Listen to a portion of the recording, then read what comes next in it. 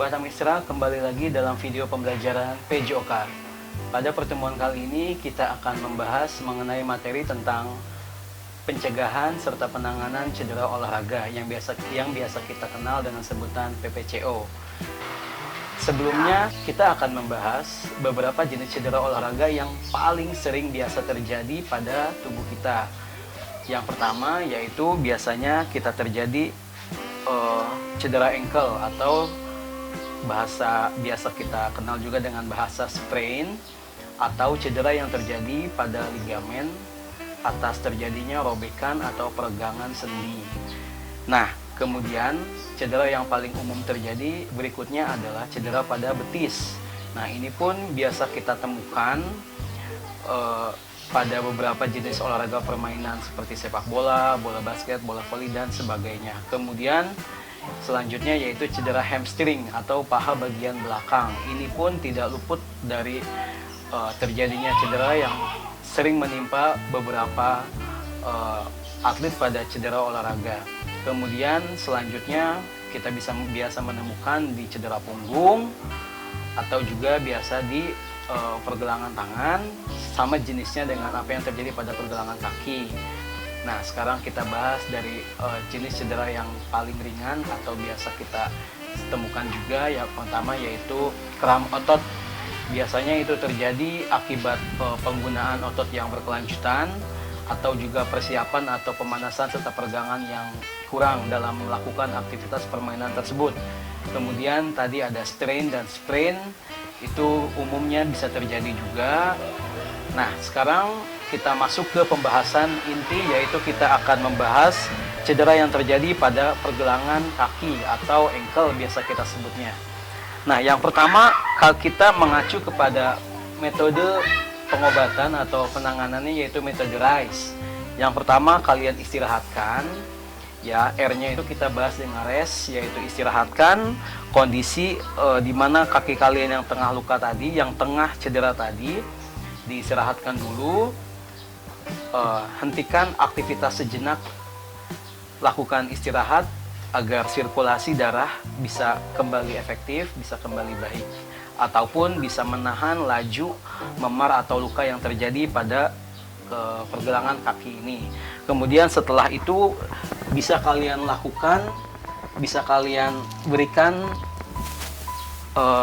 ice atau icing, pemberian metode dingin kepada luka pergelangan kaki ini, dengan maksud adalah agar bisa menahan sedikit memar atau luka yang terjadi dan juga menahan laju sedikit peredaran darah yang terjadi pada luka tersebut. Seperti ini, kalian bisa tekan saja di bagian lukanya seperti ini. Jika kalian menganggap bahwa ini sudah selesai dalam tahap icing ini, kalian bisa lanjut ke bagian kompres atau penekanan dibalut tekan, ya. Kalian bisa gunakan perban ini, ataupun jika kalian memang di rumah tidak ada media atau alat untuk ini, kalian bisa gunakan apa saja. Sebetulnya plastik pun bisa, kalian bisa gunakan kain, bisa gunakan benda apa saja yang ada di rumah kalian. Seperti ini, ya, kalian balut agar tidak terjadi itu.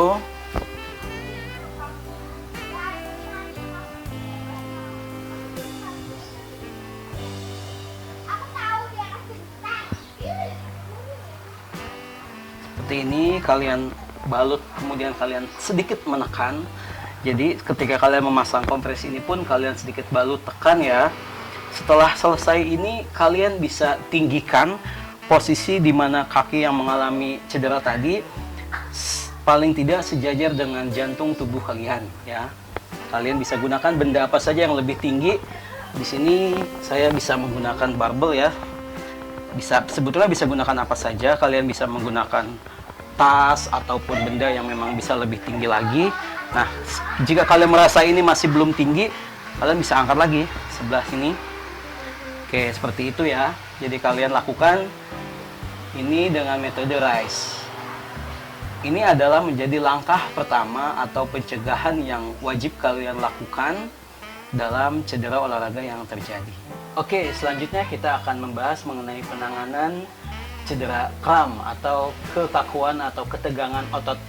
Biasanya ini lumrah terjadi jika kalian memang penggunaan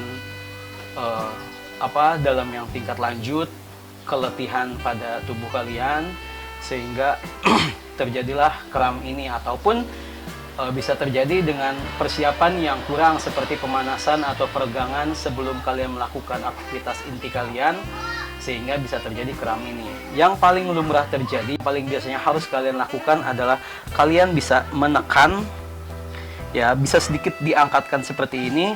Misalkan yang mengalami kram adalah kaki bagian sebelah kiri ini, kalian angkat sedikit, kemudian kalian tekan, benar-benar ditekan ya. Dengan tekan, biasanya dengan ditekan ini bisa menghilangkan cedera yang terjadi, yaitu atau kram tersebut ya. Jika memang sampai tahap ini masih terjadi juga, kalian boleh sedikit agak diangkat sedikit ya, sampai ditekan seperti ini. Oke, seperti itu. Nah, kemudian ada juga memang beberapa yang setelah seperti itu masih sedikit terasa, boleh kalian lemaskan dulu. Lemaskan seperti ini, diputar-putar dulu 1 sampai 5 kali. Kemudian tekan kembali. Seperti ini. Ya, itu adalah penanganan yang biasa dilakukan untuk mencegah atau menangani cedera kram tersebut. Oke, selanjutnya kita masuk ke pembahasan mengenai tentang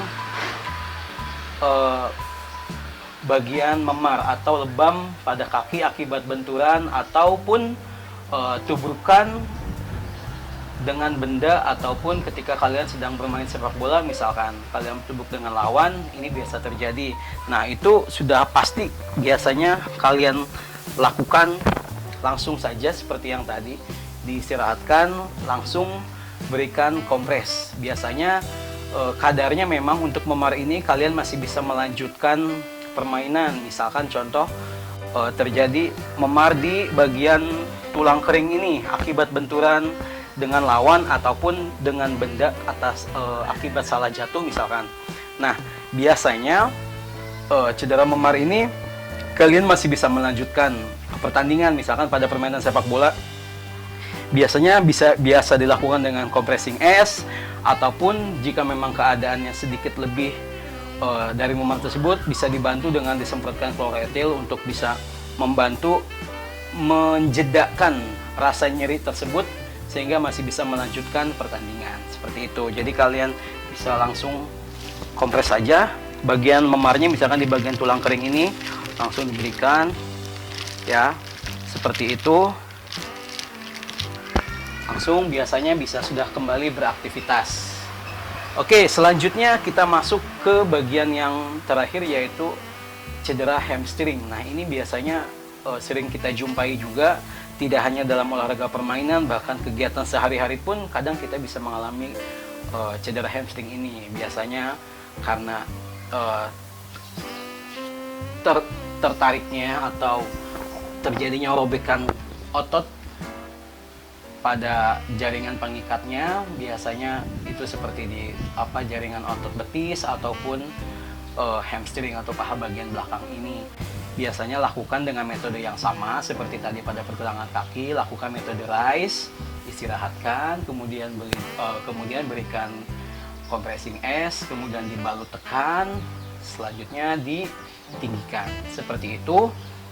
Biasanya sebaiknya hindari metode-metode yang bersifat panas atau hangat seperti pemberian balsem ataupun produk apapun. Hindari untuk metode hangat tersebut. Biasakan jika kita mengalami sesuatu benturan ataupun cedera ringan, biasakan menggunakan metode yang dingin agar kita masih bisa sedikit menghambat laju memar tersebut atau laju cedera tersebut. Jadi bagaimana jika ada pertanyaan, kalau kita sebelum melakukan pertandingan ataupun kegiatan olahraga apapun, kita sudah terbiasa menggunakan balsem misalkan atau jenis olesan bantu yang sebelum kalian lakukan beraktivitas. Itu silahkan saja, sah-sah saja ya, selama sifatnya hanya membantu persiapan dini sebelum kalian melaksanakan kegiatan fisik yang kegiatan intinya. Jadi bukan berarti itu bisa menjadi, oh itu untuk mencegah cedera, oh bukan. Itu paling hanya membantu mempersiapkan jika ketersediaan waktu untuk pemanasan dan peregangan sangat minim, sangat mepet waktunya, kalian bisa dibantu untuk itu. Sebetulnya hanya untuk membantu persiapan dini saja untuk menghadapi beberapa kegiatan yang akan kalian lakukan. Seperti itu sih. Jadi kurang lebih materi pada PPCO ini sejauh ini seperti itu. Mudah-mudahan kita semua bisa pahami ya. Sampai berjumpa kembali pada video pembelajaran selanjutnya. Bye.